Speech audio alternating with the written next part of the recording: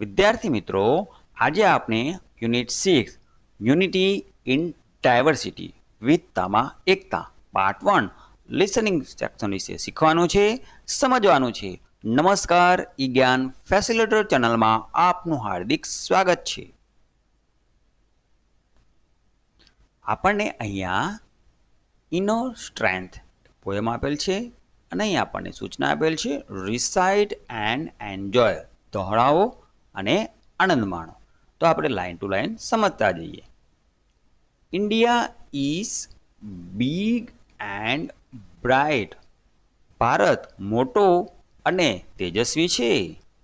Full of colours, રંગોથી ભરેલો. Full of light, પ્રકાશથી ભરેલો.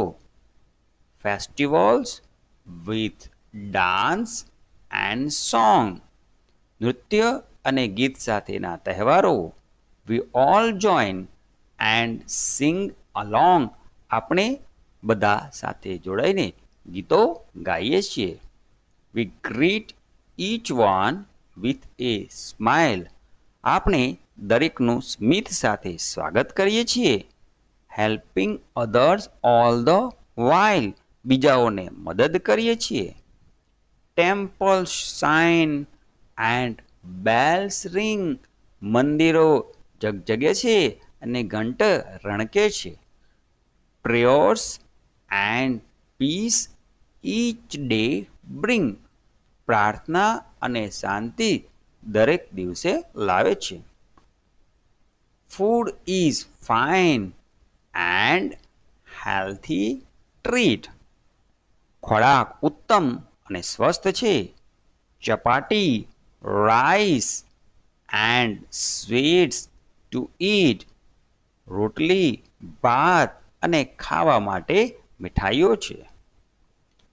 યોગ and asanas are our wealth, યોગ અને આસન્સ આપણી સંપત્તિ છે. They give us inner strength, તેઓ આપણને આંતરિક શક્તિ આપે છે. તો વિદ્યાર્થી મિત્રો, આ પોયમની અંતે આપણી ભારતની મહાનતા બતાવવામાં આવી છે. આપણો દેશ છે એ રંગો અને પ્રકાશથી ભરેલો છે. આપણા દેશ છે એ તહેવારોથી ઓળખવામાં આવે છે. આપણા તહેવારમાં આપણે નૃત્ય અને ગીત ગાઈએ છીએ અને યોગ અને આસન્સ એ આપણી સંપત્તિ છે. અને પ્રાર્થના અને શાંતિ મંદિરો અને ઘંટ દ્વારા જ્યારે રણકે છે ત્યારે આપણા દેશને મળે છે. તો વિદ્યાર્થી મિત્રો, આ રીતે આ આપણા દેશની આંતરિક શક્તિ છે એ આ પોયમમાં દર્શાવવામાં આવી છે. હવે વિદ્યાર્થી મિત્રો, આપણને સૂચના આપેલ છે ફિલ ઇન ધ બ્લેન્ક્સ, ખાલી જગ્યા પૂરો with words given in the brackets and recite the stanza. સૂચનામાં આપણને કહેવામાં આવ્યું છે કે ખાલી જગ્યા પૂરો બ્રેકેટ્સ કૌંસમાં આપેલા શબ્દોનો ઉપયોગ કરીને અને રિસાઇટ ધ સ્ટાન્જા અને કડીને દોહરાવો. અહીંયા આપણને આપી છે દાલ, આપણે જે દાળ ખાઈએ એને દાલ. ફ્રૂટ્સ, ફળો, પ્રોવાઈડ પૂરું પાડે. એપલ સફરજન અને ધ્યાન, અહીંયા ધ્યાન સિમ્પલ શબ્દ જ રાખેલ છે. એન્ડ ખાલી જગ્યા is fine and healthy treat, અહીંયા આપણને ખાલી જગ્યામાં કહવા શું મુકાશે આના પરથી ખ્યાલ આવે. ફાઇન એટલે ઉત્તમ અને હેલ્થી ટ્રીટ સ્વસ્થ ખોરાક છે. કયો સ્વસ્થ ખોરાક છે? તો આપણને ખ્યાલ આવી જાય કે એપલ, એ પ્રમાણે ચપાટી, દાલ એન્ડ ફ્રૂટ્સ, એટલે કે ચપાટી, દાળ અને ફ્રૂટ્સ ખાવા માટે છે. યોગ એન્ડ ખાલી જગ્યા ઓર વેલ, સરસ વિદ્યાર્થી મિત્રો, યોગ એન્ડ ધ્યાન આર અવર વેલ્થ. દે ખાલી જગ્યા ઇનર સ્ટ્રેન્થ, તે આપણને શું પૂરું પાડે છે? એટલા માટે આવશે પ્રોવાઈડ, તે આપણને આંતરિક શક્તિ પૂરી પાડે છે. તો આ રીતના આપણે આ ખાલી જગ્યા પૂર્ણ કરવાની હતી. ત્યારબાદ આપણને લિસનિંગ સેક્શનમાં સરસ મજાની સ્ટોરી આપી છે એન્ડ એન્ટિક ટાઈમ મશીન, એક પ્રાચીન સમય બતાવતું મશીન. ઓકે, તો સૂચના પ્રમાણે આપણે લિસન ટુ ધ સ્ટોરી, વાર્તાને સાંભળો. તો વિદ્યાર્થી મિત્રો અહીંયા હું લાઈન ટુ લાઈન વાંચતો જઈ અને સ્ટોરી સમજાવતો જઈ. તમે ધ્યાનથી સાંભળજો. It was the year 4555. 4555નું વર્ષ હતું. Mister Nilesh Sharma lived in Himachal Pradesh with his grandson Kiran. શ્રીમાન નિલેશ શર્મા તેમના પૌત્ર કિરણ સાથે હિમાચલ પ્રદેશમાં રહેતા હતા. He was an inventor. તે એક શોધક હતા. Once Kiran found a strange machine in his grandfather's laboratory. એક વખત કિરણે તેના દાદાની પ્રયોગશાળામાં એક વિચિત્ર મશીનને જોયું. દાદાજી told him that it was a time machine. દાદાજીએ તેને કહ્યું તે એક ટાઈમ મશીન એટલે કે સમય બતાવતું મશીન છે, સમય મશીન છે. A scientist invented it. એક વૈજ્ઞાનિકે તેની શોધ કરી હતી. Kiran said, dadaji, I want to go back to 2025. કિરણે કહ્યું કે દાદાજી હું 2025માં પાછો જવા ઈચ્છું છું. Stop the time machine. Time મશીનને સ્ટોપ, ઊભું કરી દે, બંધ કરી દે. After many request of the dear child, dadaji agreed. ઘણા વિનંતીઓ પછી, પ્રિય બાળકની ઘણી વિનંતીઓ પછી દાદાજી સંમત થયા. Their journey through the time machine started. તેમનો પ્રવાસ મશીન દ્વારા શરૂ થયો. વિદ્યાર્થી મિત્રો, આ પેરેગ્રાફમાં આપણને ખ્યાલ આવે છે કે અહીંયા કિરણ છે એ એના દાદાજીની પ્રયોગશાળામાં એક મશીનને જોવે છે અને એ મશીન કયું હતું? ટાઈમ મશીન હતું. અને ટાઈમ મશીનમાં જઈને એ 2025માં પાછું જવા માગે છે. તો પહેલાં તો એના દાદા ના પાડે છે, પણ વિનંતી કરવા પછી એના દાદાજી સંમત થાય છે. હવે તેઓ નીકળે છે ટાઈમ મશીનથી મુસાફરી કરવા. Kiran's first stop was a village in Rajasthan. કિરણનું પહેલું મુકામ રાજસ્થાનના એક ગામમાં હતું. ટાઈમ મશીનમાંથી નીકળ્યું, એમાંથી સૌપ્રથમ એને રાજસ્થાનમાં ગયો. Okay. He met a skilled puppeteer there. તે ત્યાં કુશળ કઠપુતળીવાળાઓને મળ્યો. The puppeteer told him about the ancient art of કઠપુતળી. The puppeteer, જે કઠપુતળીવાળા હતા, તેને કઠપુતળીની પ્રાચીન કળા વિશે કહ્યું. Kiran was amazed how he used his colorful puppets. કિરણ આશ્ચર્યચકિત હતો કે કેવી રીતે હિઝ કલરફુલ, તેમની રંગબેરંગી કઠપુતળીનો તેઓ ઉપયોગ કરતા હતા. કિરણ આશ્ચર્યચકિત થઈ ગયો કે કેવી રીતે તેઓ આ રંગબેરંગી કઠપુતળીનો ઉપયોગ કરતા હતા. Next, Kiran reached a tribal village in Odisha.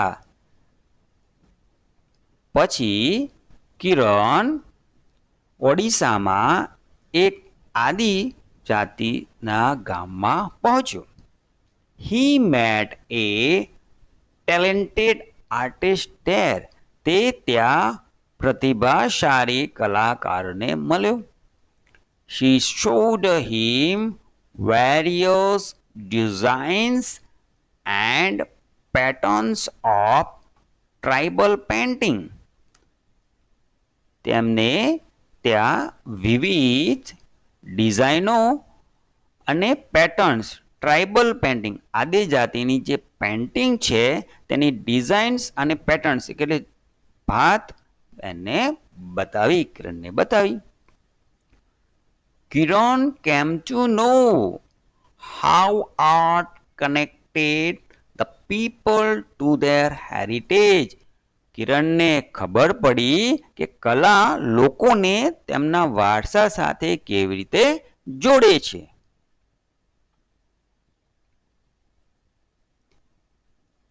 Then he went to Assam. પછી તે આસામમાં ગયો.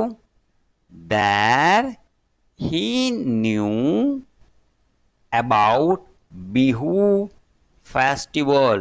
ત્યાં તેને બિહુ તહેવાર વિશે જાણ્યું. There were 3 Bihu festivals, namely 3 Bihu તહેવારો હતા જેનું નામ છે બોહાગ બિહુ, માઘ બિહુ એન્ડ કટી બિહુ. વિદ્યાર્થી મિત્રો, કિરણ આસામમાં પહોંચ્યો તો ત્યાં એને 3 તહેવારો વિશે જાણ્યું. બોહાગ બિહુ, માઘ બિહુ અને કટી Bihu. He also enjoyed Bihu dance there. તે ઉપરાંત બિહુ નૃત્યનો પણ એને આનંદ માણ્યો. After that, Kiran enjoyed a festival in Punjab. પછી કિરણે પંજાબના તહેવારનો આનંદ માણ્યો. There he danced with farmers celebrating the harvest season. તેને ત્યાં ખેડૂતો સાથે કે જેઓ હાર્વેસ્ટ સિઝન પાકની મોસમ લણણીની મોસમની ઉજવણી કરતા હતા તેમની સાથે નૃત્ય કર્યું. He learned about the joyful traditions of Baisakhi. બૈસાખીના આનંદદાયક પરંપરા વિશે તે શીખ્યો, તેને જાણ્યું. તો વિદ્યાર્થી મિત્રો, આ રીતે કિરણે એન્ટિક ટાઈમ મશીન વડે આપણા લોકવારસાને જાણ્યું હતું.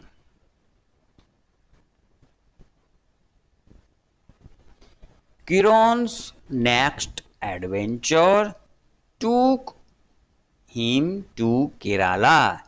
કિરણનું બીજું સાહસ તેને કેરાલા લઈ ગયું. He met a master dancer there. તે નૃત્યના માસ્ટરને મળ્યો.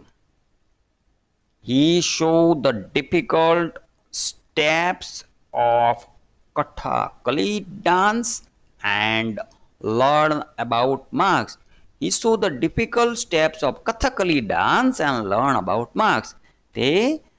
તેને જોયું ડિફિકલ્ટ મુશ્કેલ અઘરા કથકળીના પગલાં સ્ટેપ્સ અને લર્ન અબાઉટ માર્ક્સ અને માસ્ક જે આ વિદ્યાર્થીઓ ચિત્રમાં તમે જુઓ છો એ માસ્ક જે પહેર્યા છે મહોળા એ મહોળા વિશે એને જાણ્યું.